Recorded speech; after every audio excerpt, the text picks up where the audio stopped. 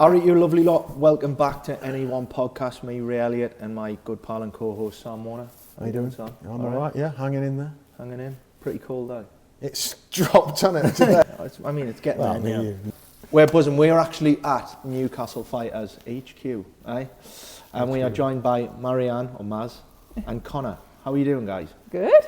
Yeah, good. Thanks for inviting us along. I'll give a little bit of an insight. We're going to be doing a little bit of work with you guys through the talks we do and coming to speak to some of the fighters, you know, talking about mental health and well-being. But we really wanted to get this podcast in to talk about what you're doing, because the premise of NE1 Podcast is it's a platform in the Northeast to talk to people that are doing things or have a story that can, you know, improve people's well-being and mental health. Share those stories, and there might be somebody listening that's been really interested in doing something like this.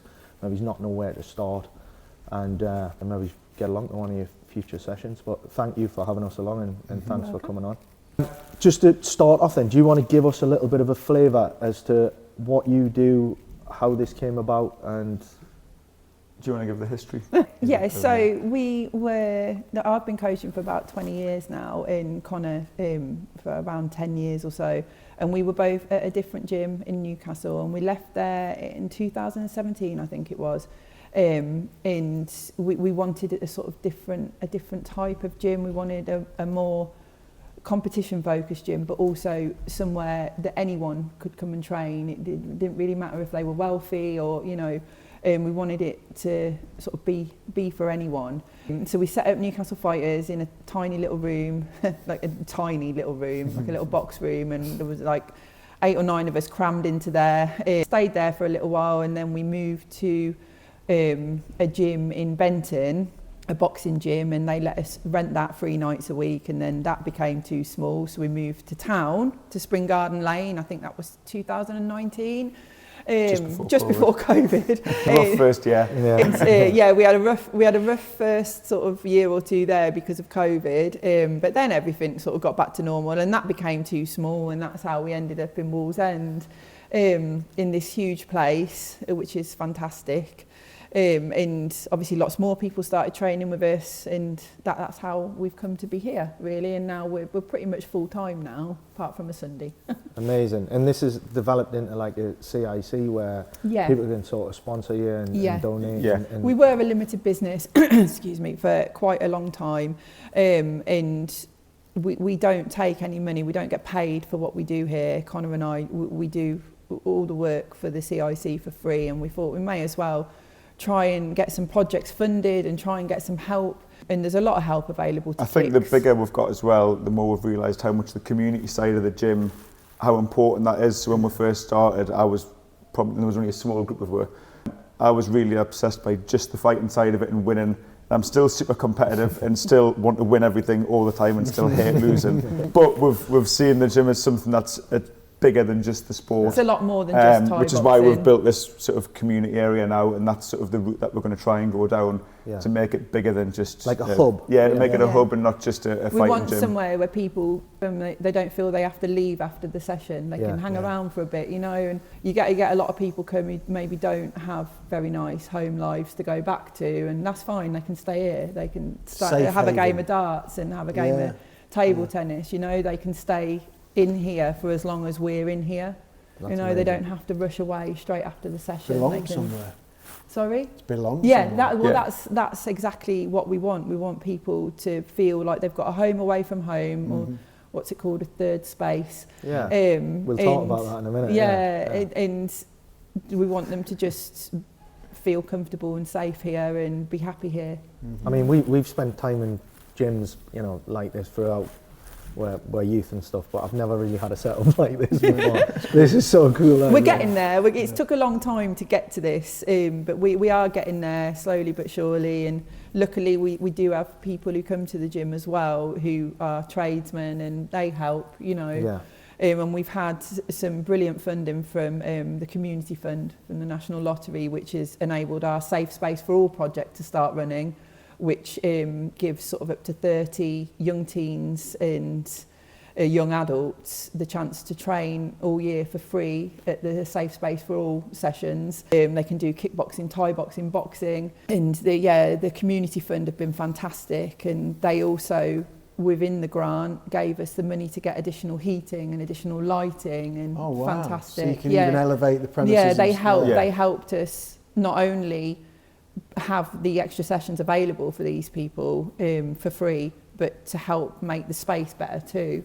That was a really welcome funding from them. Yeah, and I think we've made it go quite a long way, the funding as well. Yeah, I mean the place is awesome. It's got like a good feel to it, hasn't Yeah. it? Like that place you would want to hang out and have. Yeah, well, that's the thing. You'll be the same as me. Most gyms that you've trained in are just cold warehouse units. As soon as you finish training, you just want to leave. Get in your car, get warm. Get in your car and go home, or get the metro and shoot off. I think sport should be accessible to all. Yeah, absolutely. And I think historically gyms like this have appealed to kids from quite, I'm not saying everyone, but like disadvantaged backgrounds that maybe couldn't afford to come if you were like saying, it's a prescription. I know it now, like some of these gyms are like really like for Instagram and all that, but like at the core of it, a lot of these kids will be coming here where they might be from disadvantaged backgrounds, not have a lot of money, and making that accessible for everyone. That's what we want. That's how you build a community. Yeah, that's what we want. We want them to know they can come here, even if they've got no money. And is it available for all ages and not all? For ages 5 years upwards.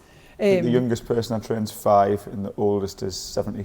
Wow. So we've got a new project in the pipeline as well, which hopefully we'll receive funding for, which is combating isolation in the elderly. And that's another reason we wanted this room to be warm and, so we can bring some elderly people in. They can do a little bit of exercise, but then just sit and talk and chat. And we're getting a serving unit put up there. They can have tea and coffee and cakes, and just we don't want it to just be for young people. We want older people to be able to feel that they can come here too. And I was just saying before, like we had a bit of chat before we started the podcast. My dad's in his 70s, and I say, where do you want to go for breakfast? And he always says Wetherspoons. We go into Wetherspoons, right? And the place is packed with older people, right? Because what they're doing is they're saying, you can have a coffee and it's refillable all day. And you think, that is amazing. But these people, we know we're in a cost of living crisis. To heat their homes is a fortune. They come there and they'll see their mates and they sit there for hours. And I just think, how amazing is that they've got a little space, and creating something like that within a community like this. And it's pretty central, isn't it? This is a good spot to be central. But we were talking about just before we started, but like I'm really passionate about this sort of stuff, and I've seen the impact this has. It had a massive impact on me joining a gym like this, and Sam, you'd be the same. Where I was probably going down the wrong path when I was younger, and you come into somewhere like this and you're taught discipline, hard work, dedication. You become a part of a community. And it's not like you say, it's great to fight and all that, but it's not just about that, is it? It's about teaching people skills. It's when this sort of in-between thing of school life and work life for a lot of kids, I think, because I think a lot of people they'll jump straight in from one to the other. And I think a lot of the lads that will come here they get that balance down a lot quicker on how to behave and how to go around, how to behave in the real world, really. And respect people, because and I think it is harder for teachers. They've got classes of 30 kids that they've got to control, all with different needs and stuff like that. You can't really get like any individual sort of tutoring.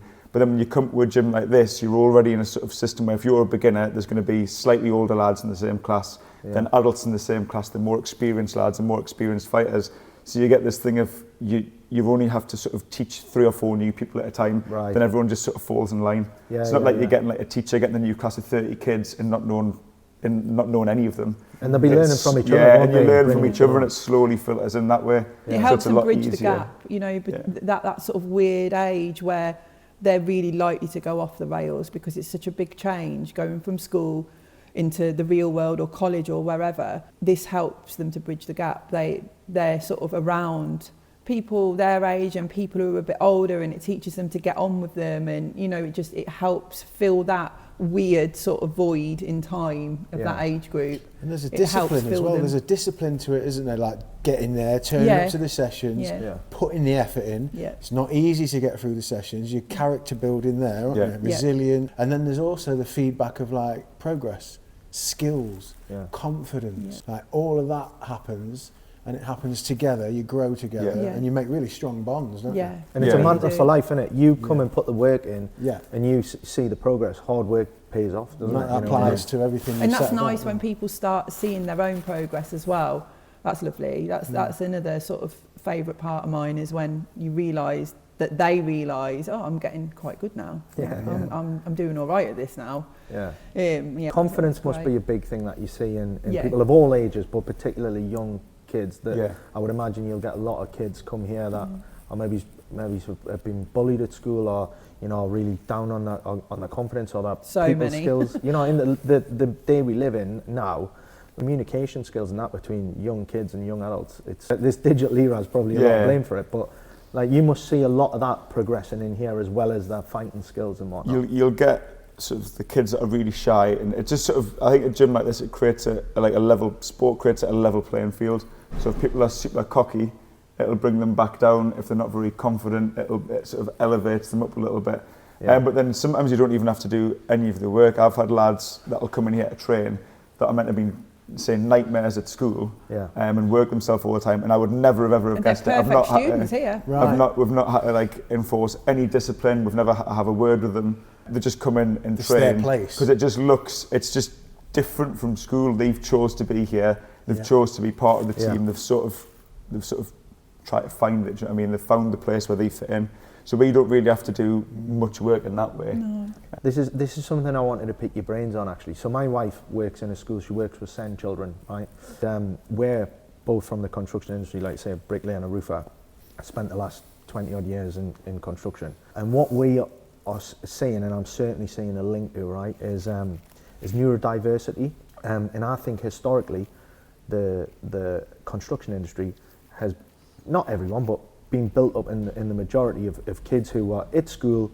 Maybe he's neurodiverse, maybe he's on the spectrum with autism or ADHD. School wasn't their environment, right? They're not stupid, they're not thick, these kids, but it just hasn't been their environment to progress and flourish. And I'm speaking from experience here, right? I left school, didn't know what I was going to do, and then somebody says, oh, I'm on site, I'm making good money, we're having the crack, and then you find yourself on a building site.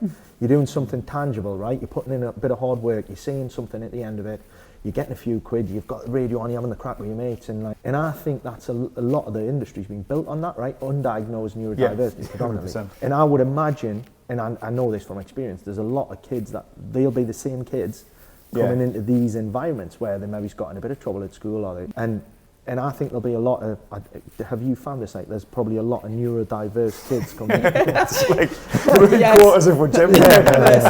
We should call it neurodiverse fighters. Part of it's when you're doing, especially for kids with ADHD, you're doing something active, you're doing something that they want to do, they've sort of sorted out so that they're going to get that hyper focus on it because they actually want to do that. If it's on a construction site, that's going to be because they're making money, so they can be hyper focused because they're like, when I get to Friday, I'm getting paid. So there's all of that, and then it also goes back to the thing of it's smaller numbers, and kids get lost in schools because there's 30 kids in a class, and the teachers are focusing on just delivering the curriculum because that's what they've got to do, and that's what the teachers are being judged on. Where if you go to a building site, you come into a gym, you've generally got one gaffer, do you know what I mean, out of a few lads, and one person looking out for you and telling you what to do. So you get manageable. Yeah, it's manageable. Do you know what I mean? And it's, if you step out of line, it's a lot easier to sort of discipline because there's not 30 of your mates egging you on to do something. Do you know what I mean? And conversely, what we found with that is, and I hear talking like statistics and all that, we're talking about human beings and character traits, but statistically, neurodiverse people are way more likely to, be involved in addiction or fall into addiction because of the way that the brains are wired and stuff. And having something healthy to focus on. But you must have seen the other side of it where, I told you a bit about my story where I found the gym to be a salvation for me, a saviour, where I stepped away from that side of things where I was going down a bit of a tricky path, and then I had a back injury, couldn't go to the gym, and then I found myself back on that slippery slope. And I know you mentioned it where you'll see it in some people where something might happen in their life and you think, oh, I can see this happening, and then they go away for 6 months and you'll hear stories about where they're going, and then they might be able to drag themselves back into it. But like there's a big link between poor mental health as well. People, neurodiverse people might be, I don't know what the statistics exactly, but like 10 times more likely to experience depression or anxiety because of the way that they're hardwired essentially. And you know, that's something that I find really, really tricky, is how do we care for, because it's got to come from school as well, hasn't it? You know, that identification and where we're falling down. You can identify it with people, and you can try and nip things in the bud and notice things and sort of say it in like an indirect way, but sometimes it is a car crash in slow motion with people. And then that's why you've got to have places like this open full time, because you can't help everyone all the time. You've just got to let people know that somewhere like this is open. And then they'll make the decision at some point to come back to whatever football team or boxing gym it is, or whatever job it is where the mates are. They'll come back eventually when it's right for them. That's interesting, because in my experience in the gyms that I used to train in, there'd be a couple of the Raji lads, and they'd train hard, they'd maybe do some competition, do really well, then they'd disappear. And you'd hear the stories, and you'd hear this and that and the other, and then eventually they'd come back through that door. And then you knew that was the symbol of them, I've got to get my shit together. You just got to hope they come back. But what you're saying, I think, Connor, there is like that, by you being consistent, because that's what's missing, isn't it? I think a lot in sort of adverse backgrounds is consistency, safety, isn't it, and reliability. Routine. Consistency in anything really, in coaching. I know some like unbelievable coaches, people that have been unbelievable fighters that have got loads of knowledge that have went into coaching, but they're not consistent with training people. They sort of might set up a gym, then the gym falls, and they can't be arsed, and they get another job, or they want to go back to fighting themselves, and then if you don't have that consistency, people don't stick with you because you're not reliable. And then you could be a pretty bang average coach, but if you're there every day, you'll get lads that sort of trust in you, and if the lads trust in you, then the levels of training go through the roof, because they just sort of believe in you, you believe in them, the relationship gets stronger. So it's not all about being the best coach in the world, you've just got to keep turning up. Obviously we're trying to get better at coaching all the time. We'll travel over to Thailand, and I constantly always train learning. with different people in different combat sports, and the other lads that have gyms in the area, I'm picking their brains on stuff if you don't understand something. So we're constantly trying to improve, but all you really need is consistency. If you're open every single day and you're not taking much time off, people will come in and people appreciate consistency, don't they? Totally. It's safe, isn't it? How much do you find, you know, like obviously you're a coach, but how much do you find that people will then start opening up to you about things that they're going through and problems? Do they tell me everything. I was just about to say, I bet you it's more Maz because I don't know what it is about a woman's presence. And again, getting back to construction, right? 89% male dominated. Like, we're talking about getting more women in the industry, and we definitely need it for diversity, but also, you know, for the balance of things. You do need a woman there. Definitely. Young lads, men, tend to feel more comfortable talking to a woman about what they're going through. Especially, I think, because they all know my background, and I've not been a saint when I was younger, and so I've like got lived experience of all the things that they do, you know, and I've done it 10 times worse than them. So I think they feel like they can just be honest with me, because I'm not going to judge them. Like, how can I judge them? I've been there, done it, and done it much worse. And you just tell them that, just be open. I'm not ashamed of what I did when I was younger. I mean, I sometimes regret some of it, but if I had never done it, I wouldn't be sat here now talking to you. And that's the art that they see over time, and isn't it? I'm grateful that I'm still here, and I'm grateful that I have that experience, so I can give people proper advice, not bullshit, not, you know, like I can literally tell them what will happen if they keep doing that, and what will happen if they stop doing that. You're proof of that, aren't you? And I'll never judge them ever. Like, I would just want them to know they can always tell me, and if we can help, we will. You know? We found that, because that's essentially what we do, you know, like, we were the people that would never talk to anybody about anything, and we've done some pretty shitty things to some good people, you know, on the journey, right? And what we try to do now is just be totally authentic and open and transparent, and just say, listen, I've messed up, I've done some shitty things, but this, you know, talking ironically, you know, getting the right help and support, and the things that have helped us along the way, that's what we try to promote. So you're giving back now. And it's when somebody sees that in you and they know it's authentic, right? You're not just talking about somebody else's life. You've been there, you've lived it, and you've said, listen, I know how this story ends, and if you don't nip it in the bud now, this is where this is going. And it's really important for people to have that connection and that authenticity. And I can, you know, I feel it from you guys, you know, but let's go back to sort of growing up. Like, what sort of led you to this? What was life growing up for you guys? Well, for me, like, I had sort of a very different background to Connor. And my parents split when I was 4 or 5. I live with my mum, and I love my dad. My dad's brilliant, absolutely love him, but I didn't see him very much. Yeah, well, I was born in the Midlands, but all my family are Geordies. Like my mum and dad are Geordies. But I seen my dad, I seen him every fortnight growing up, and I lived like on a council estate in a village called Braunston, which is next to Daventry. Went to quite a rough school really. Got into drugs age 13. By the age of sort of 17, I was a heroin addict and nearly died. Nearly died when I was 18, and then just before, I think it was just before. Was that through drugs? Yeah.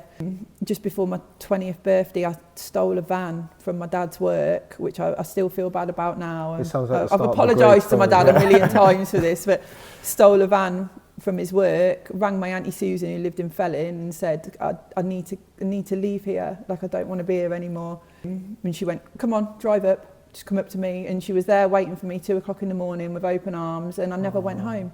So I went home once to take the van back to my dad's work.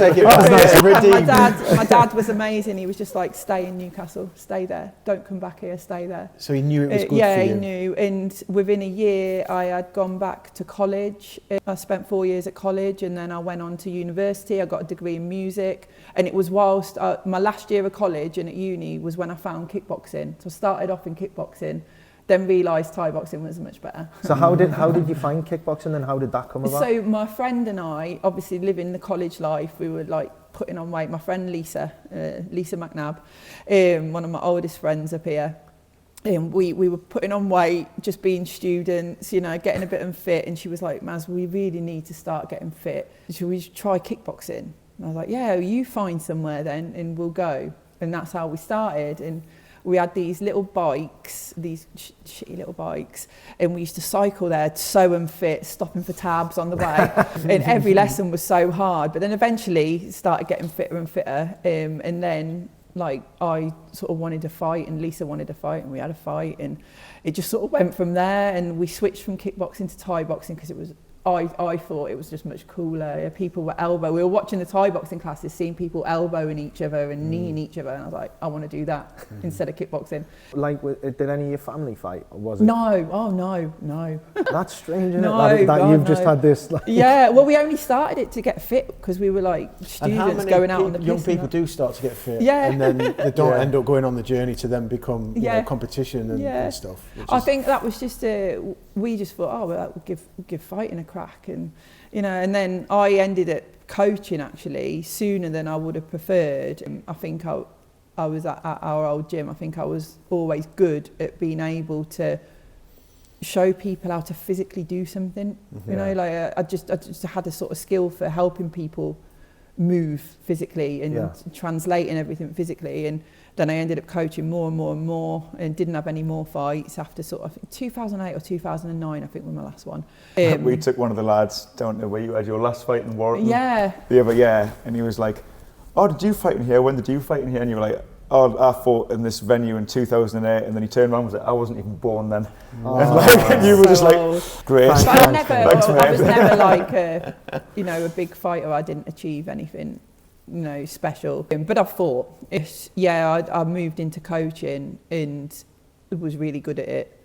And uni, I wanted to be a film score composer. That's what I did. Yeah, what was at the university. was music kind of the first thing? It was like sort of music technology, and it was all sort of, you know, using the computer for music. And I always wanted to be like the next John Williams, you know, I wanted to be like a film score composer, and that sort of just fell by the wayside. I've never used that degree once. Like, do you still make music? Have you made music? What about when you're doing the shows? Do you put the music on? I love making music. I love orchestral film music. Choreographing walk-ins and I just love music, drum and bass and orchestral film music. That was what I grew up on. But yeah, so that fell by the wayside, and then I was just in the gym 3 nights a week to start with, then 4 nights, then 5 nights, then a Saturday as well. And then I suddenly found myself helping fighters get through a fight camp, and, you know, and it just sort of grew from there. And music's long forgotten now.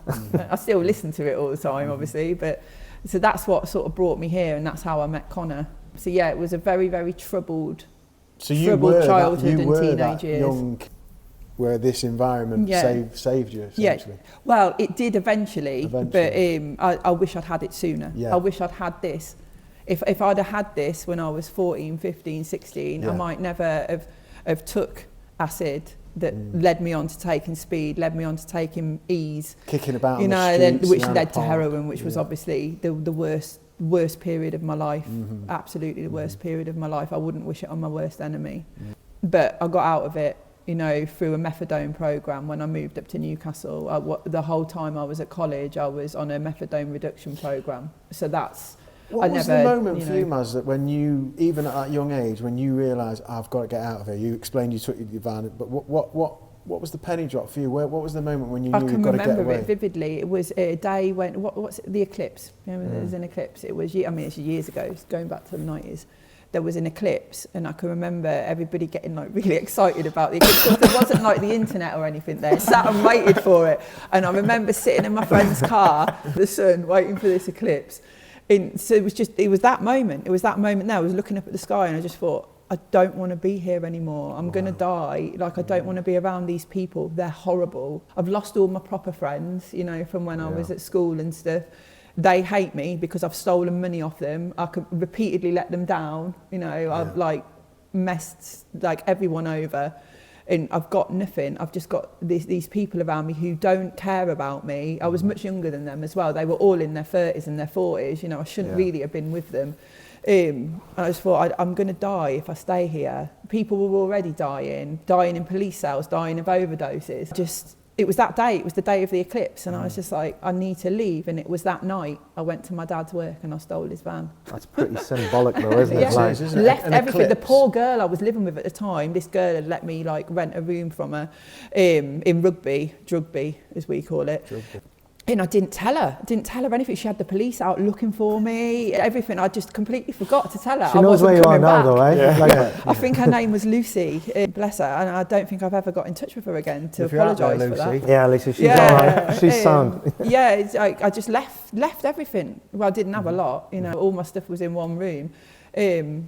And never went back. But the day of the eclipse, it must have been something to do with the eclipse giving me an epiphany. That's amazing. Congratulations. Yeah, thank you. It's a difficult thing to do, isn't it? To get up and go. Do you know what? It would have been, I think it's more difficult the older you get. I think because I wasn't even 20. Like, I think because I was young, I still had that hope in my brain. Like, I always say, if you've still got hope, then you can do it. You know, it's when people lose all hope. I still had that hope that there was something different out there for me, that if, you know, there was something else. I wasn't supposed to be doing that.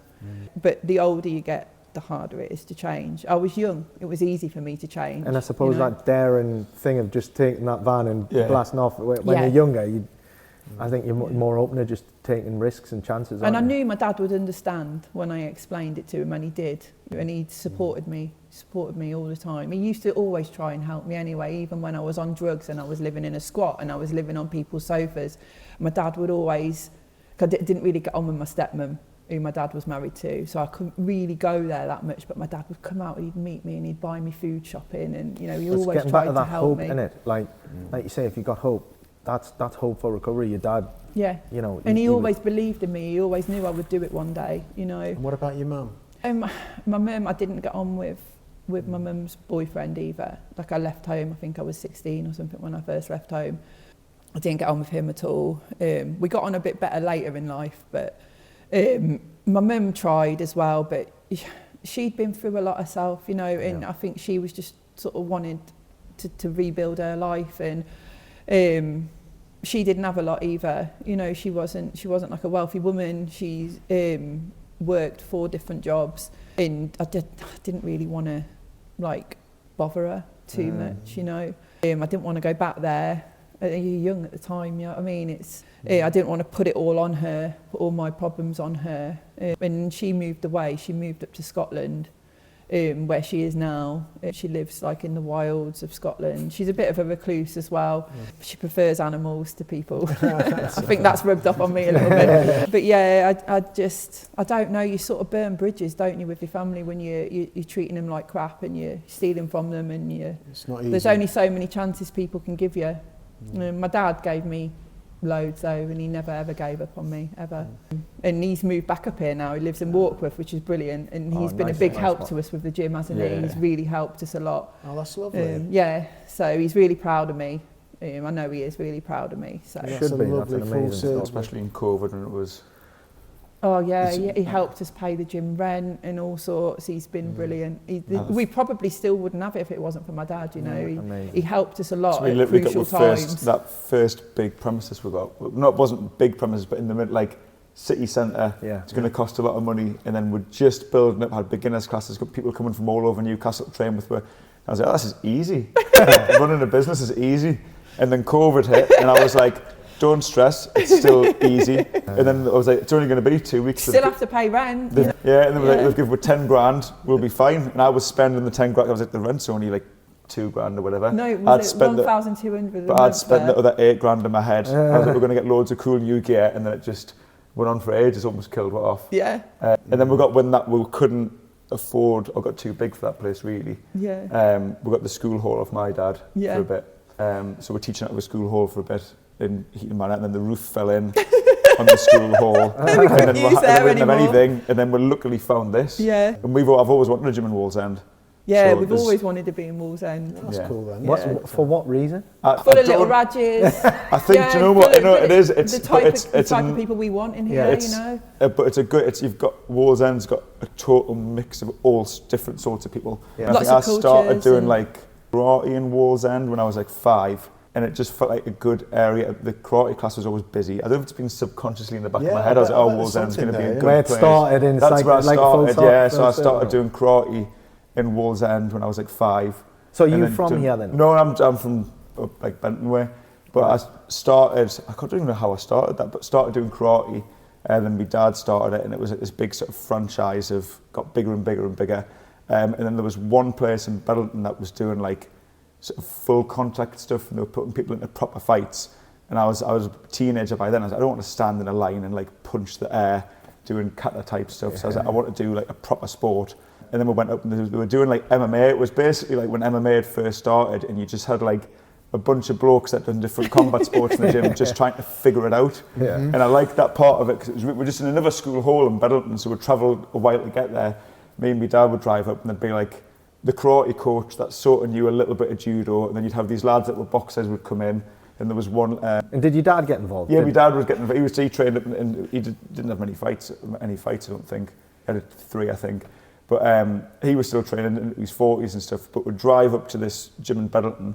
Tony Cunningham, who's one of our mates from another gym in Blythe, he did a bit of Thai boxing. And there was just all these blokes trying to figure out how to do this MMA thing that was on the telly. And it was just like, and then Sunday we'd all go and train on a Sunday. It was like a 2-hour session, and it was just like a free-for-all sparring, because obviously the boxers knew how to box, and the Thai boxers and karate people knew how to kick. Then you'd have these wrestlers, and would put on these like stupidly, like looking back, I was like 14, 15. And if any of the kids that we train now were getting beaten up like I was getting beaten up then, it would be like, this is really dangerous, but none of us had a clue. The good old days. Yeah, there was definitely places in Newcastle now, and more people in the scene that were doing it properly. But we just found this place where nobody really knew what they were doing, everyone was beating the fuck out of each other. But it was good, like met some really good people through that. And then I took a kick, I had a few like K1 kickboxing fights. I wanted to do MMA, I didn't have the MMA fight in the end. And then I fought on this charity show for this knacker that it ended up not being a charity show. And I'd sort of was between gyms. I'd just started training at Phoenix where Maz was coaching. And it was my introduction to Thai boxing, because I got to this gym, got to this fight, and I'd never done Thai boxing before. Didn't really know what it was. I think I'd done 2 sessions of Thai boxing at Phoenix. So you took a fight, Thai boxing? No, it wasn't a Thai boxing fight. It was a kickboxing fight. Right. And then I got there, and the promoter was like, first they got the weight wrong, they just made up a new weight division. So it was at 11.5 stone. And then I weighed in, and they were like, oh, it's at 12, then my opponent weighed in at 12.5, I think. And then the referee and the promoter were like, we're going to let the sort of Thai boxing clinch go. And I can remember turning to my coach, who had brought a corner. It wasn't even my coach, he was like just one of the lads that sort of was a bit more experienced than me. And I was like, what's that? And he was like, are you sure you want to still like do this? Have you done much clinching? I was like, well, I've done a couple of Thai boxing sessions at this new place, but they've not showed us how to clinch yet. And I was like, he's a little bit, but I'd won all my fights, be 3-4 fights up to definitely chin him. And then he came out and he just grabbed my head and just started kneeing the shit out of us. And I can't really remember any of the fight, but apparently I think to me corner after round 2, I'd got a stand and count, and like me corner man was like, what round is it? And I was like, oh, we started. And he threw the towel in, and that was like my introduction to Thai boxing. Wow. And then I started training at Phoenix full time where Maz was coaching. That's how I met her. And then that was like a proper gym where they had like proper classes, and like, this is the Thai boxing class, this is the wrestling class. Yeah. And that was like going from like, it was like going from like a black and white telly to colour. Like, I was like, this is how you teach. That's a great analogy, isn't it? You don't just have to turn up to a gym and get the shit kicked out of you twice a week. Figure it out as you're going, all the people that I trained with at the other gym were great, and they were all really knowledgeable. And they're all doing really well now. They've all got their own gyms and stuff. Yeah, there's some really good lads came out of that little school hall in Bedlington. But yeah, then I went to like this proper martial arts, it was Phoenix, like a martial arts academy, they did everything. Yeah. Some absolute useless martial arts, but some really, really good ones as well. Yeah. And then it was great. And then we set up our own gym from there. Amazing. And do you know what I've found really intriguing? Because you'd have been on that journey with MMA. I didn't think it was going to take off, to be honest. Yeah. I know that sounds ridiculous. I wasn't really interested, and then it started getting huge. I'm thinking, oh, right, there's something in this. And then you start watching it and getting into it. But like, how fighting's sort of progressed, right? Because you had the boxing and the MMA's come in, and then now bare knuckle seems to be really taking off, doesn't it? So our mates have got BKFC gym just along the road, which they've just opened up. They've just went full time. Is that the one at Biker? No, they were O'Toole's gym in Biker. They've opened their own gym in Percy Main, and they've just opened up. So and that is like the premier bare knuckle gym in the country. They've got the most bare knuckle fighters in the country. 2, maybe 3 world champions that I know of. And then they've got all the lads. Now that's the gym. All the lads are travelling there to go. See you, lads. A couple of lads have been I felt awkward not saying bye to them. Isn't that amazing though for the North East? Do you feel like there's something about the North East that breeds fighters, or like? I don't know. I think Geordies are just hard, aren't they? Do you think tough? Yeah, they are. Yeah, definitely. Tough, resilient people. Yeah. But, where do you think that stems from? Don't get him started on history. I don't know. You'll be here all day. I don't. But I think if you went to any part of the country, if you went to the northwest, people would go, people from here are really tough. People just have, because we're all from the north, you just have pride where you're from, don't you? And you look. But I definitely think there is something. The bare knuckle thing though is, we've produced a lot of champions and a lot of really good fighters in a short amount of time in that sport. So Andy, Bungle and Baz they've produced champion after champion in a really short space of time. So when I was coaching at O'Toole's gym with them, when people were sort of first all coming through the ranks, and cornered a few fights to them, and I just liked it. It was going back to that same thing that I said about MMA. When it first came about, I was wanting to be around it and watch it and help pad some of the lads, because it was just figuring out a new sport. It is very, there's subtle differences, but it's really, really different to boxing. And it was just watching Andy and Baz figure it out between them, and but he just broke his hand punch like that. That doesn't work. His face just got torn open. Right, let's not block a punch like that. And like they've done. They've really put the effort into understanding. They've went to America and sort of spoke to a lot of the American lads that were doing it as well. And they've, between the two of them. And then Mick, he was like the world champion that they've sort of coached between them. They've figured out like a system on how to train it, and I love that side of sports. Like when a new sport comes along and it's like not trailblazing, isn't it? You've got to. They are trailblazers for bare knuckle. Because we had Jimmy McCrory on the podcast. Oh right, yeah. And you know, I remember seeing pictures of Jimmy. He was a really good amateur boxer, and then there was like whispers like, he's going to Ireland, you know, and he's like doing bare knuckle boxing, and everybody's like, what? You know, like at the time, like, what the hell? That's so extreme. And then he like was one of the people at the forefront, wasn't he? You know, they'd done a documentary on him, and that's a Vice documentary. Viral in next class. I mean, Jimmy just loves the scrap, and he said on it, I just love scrapping. But no, like seeing it, how it's developed, even watching his like early fights and where it's come from to now being like televised pay-per-view events. It appeals to men though, because it's literally the rawest sort of form of fighting, you know, bare knuckle, and it's what men grow up doing anyway. You know, they all fight with each other. And what do you guys think about it then in terms of damage? Hand damage, facial damage? I think it's a lot of the lads that get into it after they've already had a career in another sport. I think that's probably the best time to do it. you've probably got a shorter time frame to do it. You've probably only got X amount of fights. We don't really know what the amount of fights is yet, but it's definitely a shorter career span. And is that to do with damage to the face or The damage to hands, the brain? I think it's the hands and probably scar tissue on the face. But because it's such a young sport, people are still figuring out how to do it and like the best ways to train just for it. Just quite in it though, and I think that the fighters are getting paid what they should be getting paid. Like they're breaking their hands in every fight pretty much, and their payday needs to reflect that. Yeah, we're not talking about basketball or tennis here, are we? We're talking about. I wonder how do you spar something like that? So you've got to spar. You've probably got to take influence on how the MMA fighters do it, which is your heavier spars are in bigger gloves, and then your more tech sparring when you work in precision and stuff like that is going to be in the smaller sort of MMA gloves, because you need to find, if you've got a big boxing glove on, you can't get your range is that. And then as soon as it goes down to bare knuckle, you've lost. So if you're hitting pads with big gloves on, you've suddenly lost a couple of inches. It's the sports club, isn't it? It's a game of inches. It's a game of inches with like really dangerous consequences. So like you've got to be practicing with like the small gloves on and stuff. There's been a bit of controversy about that, isn't there? Because people are saying, oh, it's brutal, but actually, when they talk about prolonged, because I suppose we're like, cranial damage. Because with boxing, you probably could take more blows. Yeah. But with so probably like the longer term I mean, they'll be looking into it now as the sport's progressing, but I would say there's probably an argument to say actually that's the total opposite. It's 5-2s over 12-3s for a world title fight, so you're going to take less accumulative damage. I mean, it's all getting punched in the head is never good. We're pretty big on like the lads not. Yeah, we've got a full concussion program and everything. Even not even just for fights, for people that get concussed in sparring. Because I think that's a big thing that still some gyms don't really. Most gyms now are good, actually. Yeah, most gyms are pretty. Is it over the last couple of years? Yeah, the coaches. We were the same years ago. We were the same. You don't even think about concussion. You don't think about like the accumulative damage people are taking.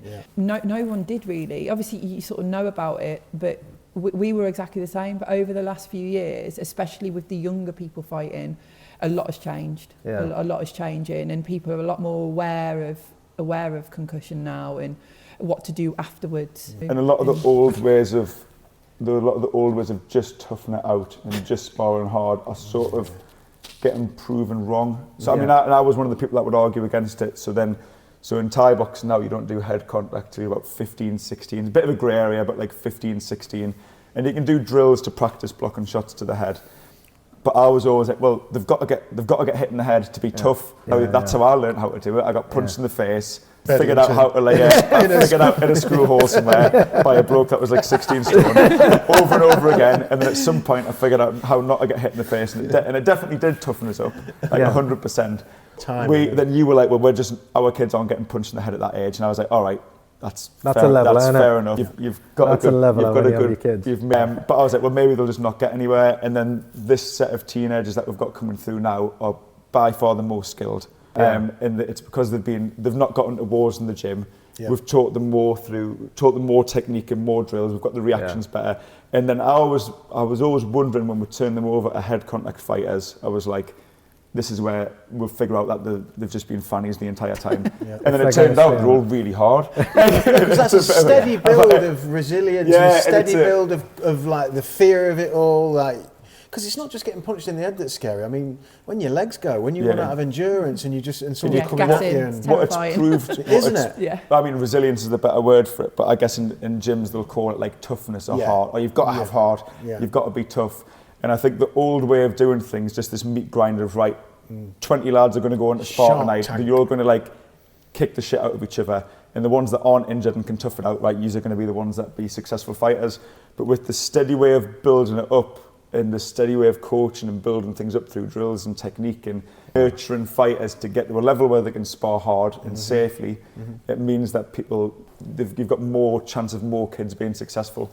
And it's not just the kids that were naturally tough and naturally had a bit of grit about them. You can turn anyone into you can turn pretty much anyone. And it makes that whole journey just more enjoyable, I think. Exactly. They're not getting injured. They're not going home like with a big headache and feeling like crap. And mentally, everyone's maturation is different for a combat situation. You've got kids who come Monday to Thursday, train, technical, on the pads, brilliant. sparring on Friday night and they just get a bit spooked. Takes like, some people longer than others. You get other people who come, they've been a year and they're just like, they're good. They're going to be a fighter really quickly, you know, and then you've got others, it might take them 4 or 5 years to reach that point. But when they get there, it's been worth the wait, you know. It's interesting now, I want to talk to you about this, about the development of like sport, and because you've been in it so long and like you say, old school thoughts and mentalities.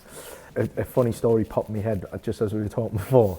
I remember there was this one young lad and he took on this fight, and it was with this kid who'd just been beating everyone. He was an Eastern European young lad that came over and all that. And I'll never forget, right, the trainer came in and he pulled some out of his pocket and he goes, "That's that." And he goes, "What's that?" And he goes, "A smelling salt." When you get sparked out on the weekend. And I remember looking at this young kid thinking, I was thinking, that is brutal. How brutal is that though? Like, everyone just laughed it off, and I thought, I don't think that would be happening nowadays. But you know, even the fact that we're here, because we're here to like talk about doing some talks and talk about promoting mental health and resilience and stuff like that, right? Like that wouldn't have been a thing. Like the gyms I've grew up in, nobody's talking about mental health, even though 90% of us were there.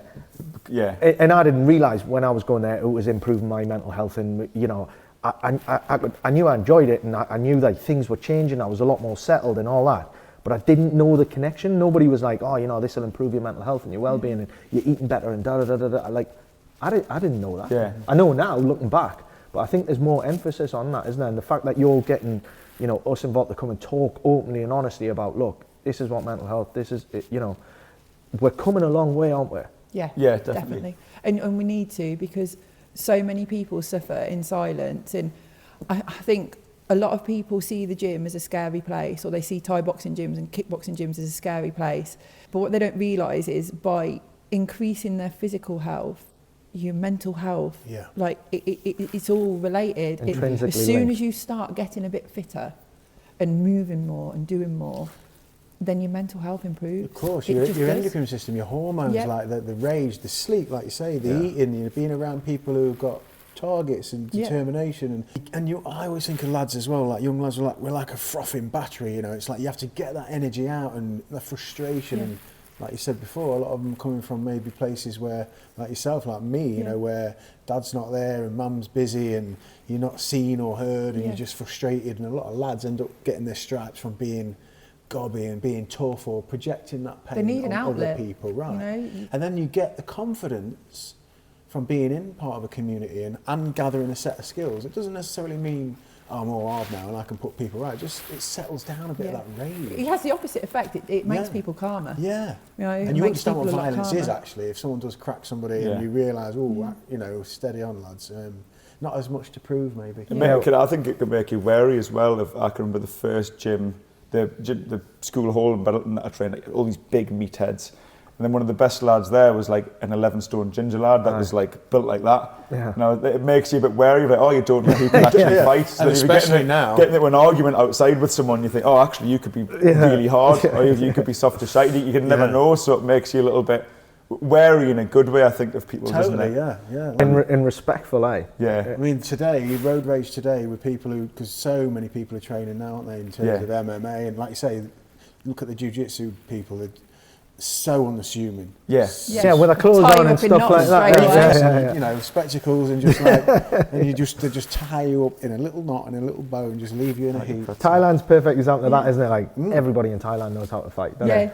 Getting thrown around by 57 kilograms, like 14-year-olds, Thai lads. It humbles you really quickly. We took a lad that used to train with a kid who's taller than me. He was about 6'2", 6'3", when he was like a big lad. Really prepped before. He trained Thai boxing, but he hadn't done much training before he went out.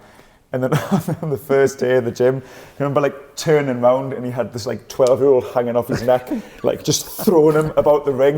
And it was just him like getting up and having to get back up and get to throw. And it was like a proper humbling experience for him, I think. I just never forget the look on his face. It was like, what the fuck is going on here? You know, he's a good example of that, Paddy the Baddie. Yes. To look at, he's so unassuming, isn't he? And you know, he's such a jovial kid. But then when he's in that ring, he just he changes, doesn't he? Looks can be deceiving. You mentioned something earlier, Maz, I want to circle back to it, is a third space. Yeah. And that's something we're trying to create with NE1s, is like, you know, we're doing like walking talks, and we're going to be putting on like these events where we'll be doing like cold water stuff and all that, and trying to build like a community, because I think historically the Northeast, we have had good community, whether that's through, you know, industry, where like I'm from a little mining village, right, where everybody worked down the pits, nobody had more than each other, lived out of each other's houses, we had a sense of community. And then we've had communities like pubs, right, you know, go to the pub, meet up with your mates, have a bit of crack. We all know that that can go one way or the other, you know. Some people can be healthy with it, some people can't so much. But what we're seeing with society is those sort of spaces are becoming less and less and less. And then you've got things like Andy's Man Club, where, you know, a space for people to come and meet up and chat and, you know, be open and honest and have a sense of community. Like that third space for everyone, but for men in particular, where you've got work, you've got home, and then you've got a place where you can go, switch off from those things. And like this is a prime example of one of those third spaces, isn't it? Yeah, that's what we want it to be. Yeah. How important do you think that is for people's mental health? Hugely important. They need something that isn't their work and isn't their home. Somewhere where they're at home, they're a father or a mother, or they've got a role there, you know, which is also, you know, a lot of the time a safe space for them as well. Yeah. But they're playing a role there at work. Fulfilling they're an obligations, employee. doing responsibilities. They're fulfilling their obligation to earn money to feed their families.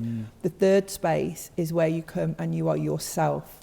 There's no obligation, you know, you're not obligated to anyone but you. It's for you. You're just back to being you, the person you were when you were a kid or a teen or in your 20s or in your 30s. You know, you're back to being you, doing something for you in a space where you can be you. You're not a dad, you're not a mum, you know, you're not an employee. You've got different connections, different conversation. It's a great point. Yeah, it really is. And it's not forcing people to talk about the problems and stuff, so you don't they can if they want, but they don't have to. But it's giving them the space of somewhere that they can just come in. Some lads get it, I think, get enough out of it, just being able to turn up once a week. Wednesday's my night, I go to the gym, turn up, bash pads, say hello to a few people and leave, and just that's enough.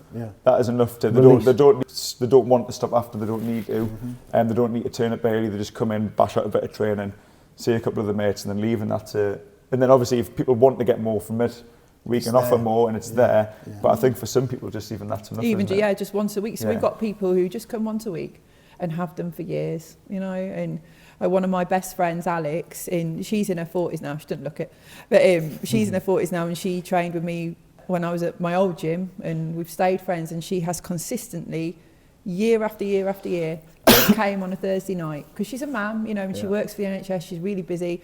And she just keeps that Thursday night as her thing. She comes here, and she's always done that, always, and that's what works for her. She enjoys that. She looks forward to it. She comes in, she sees me, she sees her other friends here, and then leaves. And we've got a few people like that. They just come once a week because they know it's here. It's something they always do, and that helps in the keep physical them world bright, as well, you know? because I think the other side of it is these phones and the digital culture of everything. We're all thumbs up in, and we're in the WhatsApp groups, and we're part of the community, but we're in our own homes, and we're busy, and we're just. I think getting out in the world and just seeing. But that's people. why gyms are good, because you can't be sort of glued to your phone while you've got boxing gloves on. You're exercising. You get punched in the face. It's just you're forced to put your phone away. Reality again, and it's probably the one place. I know it is in my life, where you do not think about your phone for a couple of hours. You know, you totally, you put it down and it's gone. What's important is what you're doing in the training, and you know, and it's one of the only places where you are not thinking about your phone or looking at your phone. And people are trying to find that more and more and more nowadays, aren't they? Where there's definitely a shift happening. People are going back to not using their phones as much. There's not an irony lost that combat physical movement is like a primal, one of the first things that we ever do is necessary, isn't it? It's like deep wiring, that is, like reconnecting. Suppose it leads us on to my next question, because you guys are a couple, live together and all that. Now you've got a business together. Where's your third space? Do you manage to get you're bloody here again. I can't even escape at the gym. I don't know. I think that's why we sort of like were sort of attracted to each other. I think because we're both. This is like the important thing is here. This is like the really. We both feel the same about this, you know. Yeah. It isn't like, oh God, Connor's at the bloody gym jump again, in, right? like he's doing my head in how much time he spends there, and he doesn't think that about me because Well, we, shared you know, endeavour, yeah, isn't it? you know, Sorry, mate, I'm part of your life, innit? we're as Do happy things here Adam, as nice we to are meet you, mate. together at home. Yeah. Like we want Can to you be give us 10 here, minutes, we want mate? to make it Yes, work. just jump through there. Yeah. Like you can Get yourself tell, warm and it's stuff. just I'll be part with of you. your, who you are. It's all right? we know. It's quite sad, really. No, I think it's amazing, isn't it? Even beautiful. when if we go on holiday to somewhere that isn't Thailand, most couples just they love it. They go, they sunbathe, they have a drink on an evening or go for a meal. We are so bored. Like we'll sit there and feel like we should be training now, or we should be doing something that isn't. Are you this. taking the classes in You the know, pool? yeah, Thailand is literally the only place we can go to because we get to train every day. You know, Because it we're suits your lifestyle. we live right? and breathe it. We don't really know anything else, and that's sort of scary in its own way. Like we haven't really got anything but this, have we? This is all we know. I'm not asked. And it's like what yeah. But when it's that deeply all I woven need. into you, it's in the fabric of you, isn't it? You can feel it. Like you look Yeah. at your history, as you're 5 years old, round the corner doing Yeah. karate, you know, and you found that, you know, later on in your life, but from a part of your life that was Yeah, I really had nothing before this. Exactly, Like yeah. my life was nothing before. Gives you this. purpose. Going Yeah. back to other third spaces though, I've got all the lads that we go running with and stuff. Oh yeah. Which is probably really good for you lads to chat Yeah, with. you guys should meet the Poles I've and used, Crocs uh, group. It's a okay. mental health Poles and group Crocs, from they're there. like a mental health CIC now as well. They're a mental health CIC now as well. And Do you need to jump away? well, we're coming up to the hour. We are coming up to Yeah. the hour, so we can bring it home. So they were a group of lads that I went out. I think I met them through Maz. So Maz knows he's one of my best mates now, Leon. He ran a strength and conditioning gym, so I started doing an S&C program with him. Fobbed it up really hard, ended up fobbing it off for a bit. It was like ridiculous. But I kept in touch with him, and he's like, he was pestered, do you want to come and do some running in Wales? And he trains a lot of like ex-forces lads and ex-fighters because he's a really good S&C coach. So he built this like little community of lads that are all going out running in the lakes, running in Snowdonia and stuff like that. Yeah. Then it's built up over the next few years. Now he's got lads going out running ultra marathons through the lakes and setting records and stuff like that. Wow. But that's now like a really tight-knit group because when you do something like an ultra marathon, Yeah. like I think Benji, one of the lads, done a 122-mile double Bob Graham round, so it's 120 something miles over 48 hours, up and down all the fells, like 90 fells in the lakes. Mate, that's tiring to think about. Yeah, isn't it's like a ridiculous feat of endurance. But to get to that, you need like pacers to run with you over certain legs. You need people prepping food. You need almost like an F1 pit stop every time Yeah, you it's stop. an army, People innit? like Yeah. whipping clothes off you. Yeah, it's like a lot of ex-forces lads. Yeah. They're very good at it, to be fair. Yeah, They're really yeah, well yeah. organised. But that's probably one of my third spaces, is getting out with them and going running. I don't get out as much as I'd like to, but getting out and going running with them and stuff like that. Amazing. That's really, really good. But there's someone that you should go and chat to. Yeah, we'll 'Cause definitely. they're quite big on the mental health stuff as well. Yeah, we'll connect with them for sure. One thing we always do on each podcast is we ask each guest 2 questions. So, you know, fundamentally where this is growing from is we love the Northeast, love the people of the Northeast, and we sort of work in the mental health space. And what we've noticed is, you know, statistics around poor mental health in the Northeast and suicide are terrifyingly, scarily high. And that's why we wanted to do this and try and speak to people about, you know, ways people can manage their well-being and their mental health. But sort of the question to you is, you know, if people ask you where in the UK is sort of the friendliest place, or where's the best place to go for a night out, they always say Newcastle or the Northeast, don't they? Oh yeah, people are sound up there. And generally my findings of people in the Northeast will do anything they can for you, right? But why is it that we in the Northeast seem to be struggling so badly with our mental health? What do you think it is? That's a tough question, that actually, isn't it? It really is. Because the Northeast is wonderful. It has everything that, like, inner sort of city places don't have. It has beautiful Northumberland countryside, the coast. Like, it's one of the best cities, if not the best city, Newcastle, in the country. I'd agree with you. We've got everything, so you can escape to nature. You can, you know, there's so that side of things would be good for people's mental health. You know, maybe it's the history, maybe it's sort of like the whole mining history, and you know the people from that background. You know, the dads and the granddads, and I don't know. It could be something to do with that. passed down. You through generally have generations. probably have a lack of funding for stuff like this in the northeast, but I'd just assume that's probably all over the UK. That's don't really have an answer for that one, do I? No, it's a really hard question. I have to think on it. Because I agree with you. I think getting back to historically in the northeast, we're from like heavy industry like mining, shipyards, fishing, construction. This is quite a a harsh environment in the UK in terms of weather-wise, and it does breed quite hard people. Where you're from heavy industry and whatnot. And I think sometimes has it been bred into us in the northeast that we help people the best we can, but we don't talk about our own problems, or you just grit your teeth and you get on with it. I don't know if that's just the northeast though. I don't think it's just the northeast. I think that's like most places outside of London, maybe, where it's definitely a very British thing, isn't it? That like stoic. Yeah. Just stiff upper lip. Yeah. Do not talk about your problems. don't acknowledge them. Yeah. Everything will be sound, sort of thing. It's true, isn't it? But like what you're doing here, and like sitting on here and being so open and honest and transparent, and that's breaking down barriers, isn't it? That's why we do the work we do, because the more you talk about it and just put it out there and be open and honest, it gives people license to be like, you can still go in there and spar 10 rounds and tell somebody that you're struggling. Yeah. It doesn't make you any less of a person, I think people think they have to suffer in silence, or they're ashamed of what they've done. And the reality is, we've all done it. Yeah. Everyone's done it. Someone could be going through something, they could be battling a drug addiction or alcoholism or gambling, a million different things.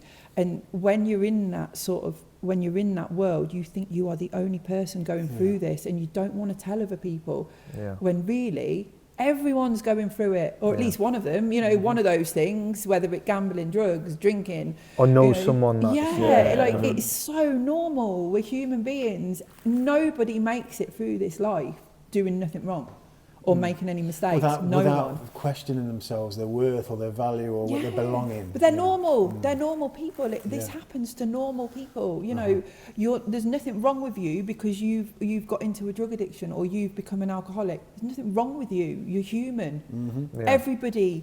Everybody falls into something at some point in their lives. Different things for different people, but people don't want to talk about it because they're ashamed, and they think people are going to have a go at them for it, or say, no, I don't want anything to do with you. I don't want to know a drug addict. I don't want to know an alcoholic. That isn't going to happen.